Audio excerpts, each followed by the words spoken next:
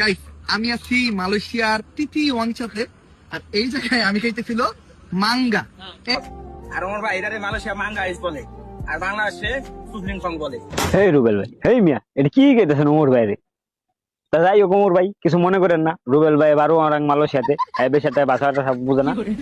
তা আমি যেহেতু 3 বছর ধরে মালয়েশিয়াতে আছি, আপনারা আমি সুন্দর করে বুঝে দিতেছি।